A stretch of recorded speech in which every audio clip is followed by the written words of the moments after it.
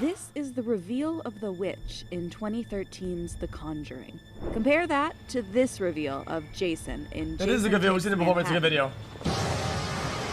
The first one is much scarier, but don't just take my word for it. Jason has certainly had his scary moments, but one of the main reasons Jason Takes Manhattan is ranked so low is because it doesn't follow the rules for making a movie scary. And while there's no exact formula, there are certain time-tested secrets you can include to create a truly terrifying jump scare, according to this woman. My students kind of jokingly know me as Dr. Horror, who has a PhD in horror. So jump scares are based on kind of a theory of what fear is. Fear is kind of the buildup. It's the time in between when you think something might happen to when it actually happens. You can usually tell when a jump scare is about to happen. The lighting dims, editing slows down, things might start moving by themselves, and the music gets, well, creepy.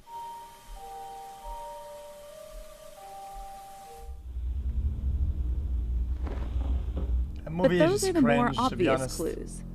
So what is the first thing that helps build to a jump scare? I call it breadcrumbs. You get some type of indication that something scary may be likely to happen.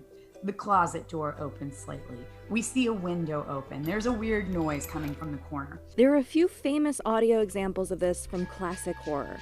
In the Friday the 13th series, you know something bad is about to happen when you hear Jason's, or when you hear the famous in Jaws. But the breadcrumbs we're talking about are often more subtle, like in this scene from the 2002 film Below. The character's reflection starts to lag in the mirror, so you begin to get that feeling that something is very wrong and that something even more scary is about to happen. Now let's take a look back at that wardrobe scene in The Conjuring. There are several breadcrumbs that lead us to the final witch scare. We first have the sound of the closet door banging. Then, the visual of the girl walking in her sleep. Cindy? Notice the camera hardly moves, and the wardrobe never leaves the wide shot. And then we get the sound of even more banging. Only this time, the girl is back in her bed, so we know it's not her anymore. Cue the creepy music. Oh, I kinda wish Each breadcrumb raises our level of anxiety a little bit more. I kinda wish the camera was like a reversed balloon when that bang gradually happened. getting more inflated until it finally pops.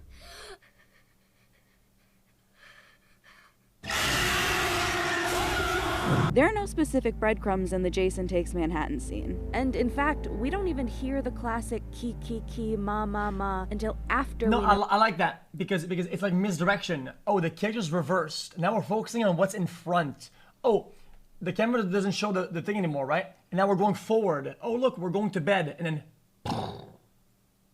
now it's like now you feel your back being kind of cold or whatever. Just because of how the camera is angled. Right behind them. No. Once we see and hear these clues, that doesn't mean the scare is gonna come right away. In fact, for most great jump scares, the opposite is true. You have to make the viewer wait by dragging out the scene until the tension is too much to bear. Alfred Hitchcock famously said, there is Comment. I feel like it's become too obvious because there's like metas, right? Like she's talking about. And the metas evolve, right? And when things become too meta, it's too predictable. And then for the viewer, it becomes almost cringe and just kind of trash, right? Like whenever there's a build-up with music, and it's like, okay, the scene is building up, I get it. And now you're forcing the build-up with music, and now I know when it's gonna stop, and I know why it's there. No terror so like, in the bang, okay, only in the anticipation of it. Once the gun is fired, the fear's done. Oh shit, that's what you're over saying. with. There's nothing left to be scared of. Once the gun is fired, the scene is over. An effective jump scare can take time, even the majority of the movie in some cases. But if done right, the payoff will be well worth it. One great example of buildup is this nurse station scene in The Exorcist 3. The camera doesn't move at all for about 3 minutes, while nurses and security guards shuffle around. We know something is about to happen. We just don't know when, and it takes its time to get there. This scene in Insidious is another great example of building tension. Only instead of a single shot, we alternate back and forth between two characters for an extended period of time. The conversation goes on for about 2 minutes before the demon finally appears. And even though we know something is about to happen, when it does, we're caught off guard.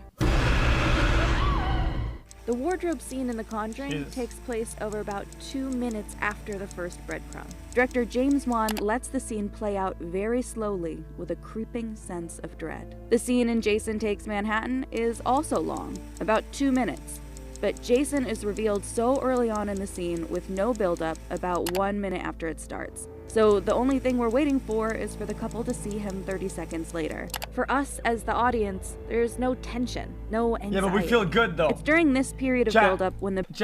This is also odd because when you're in a movie, whenever the characters are outside in public, even one figure, even a stranger, lights, a lit up sign, you feel better. Feels like you can breathe better as a best viewer. horror movies will use a distraction So it's to like, how further can we make amp up scary the at him? tension.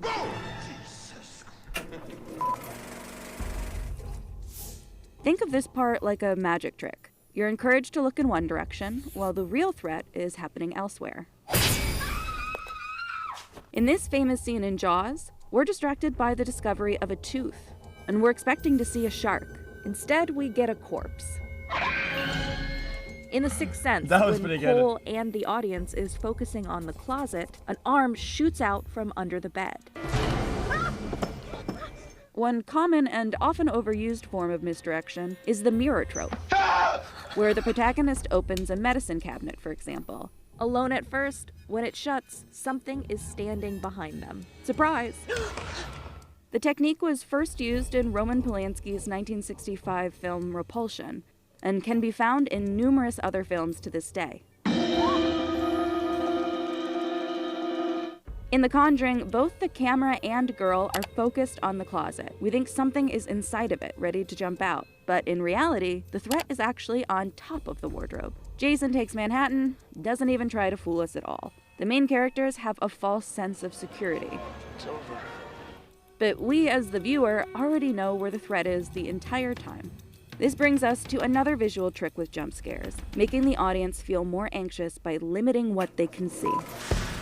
Anything that you can do to limit the character and through that the audience's frame of vision annoying, I feel like, though. will always increase the anxiety and the scare of it. There are two ways of accomplishing this: camera and lighting. Let's take a look at lighting first. Some common tricks are to use a camera flash, like this scene in Mama, or a device like night vision goggles in The Descent to narrow the characters and our scope of vision. Notice how much of the scene is obscured in these shots. We have very little space to feel safe.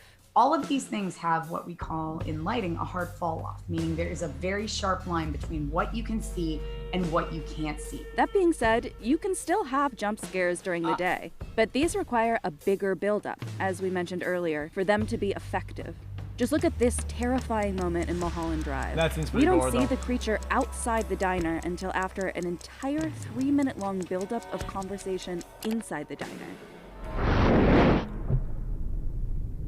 The Conjuring limited how much we can see by having only one small lamp by the bed in an otherwise dark room, What was that? far That was just away from weird. the wardrobe. Jason, on the other hand, is standing in a brightly lit Times Square, where the only time he's obscured is when two people pass in front of him. The other way to limit view is by using the camera. It is very common in horror films to limit the character's kind of vision, their frame of reference, where they're looking through keyholes. They might be trapped in a closet and they're looking out. Which one was this? This is decent. Slats of a closet, It's like a video and we've seen really before. kind of limit how much they can see. And with that, you are limiting how much the audience can see as well. Let's take a look at this scene in The Shining. Oh, this one's pretty The good, camera though. is following Danny, so we as the audience can't see around the corners of the hall until he does, when it's too late. When Arbogast is walking up the steps in That's a Psycho, good the scene. camera is... Okay. Guys, we've seen the rest of this. Let's give it a go. Okay.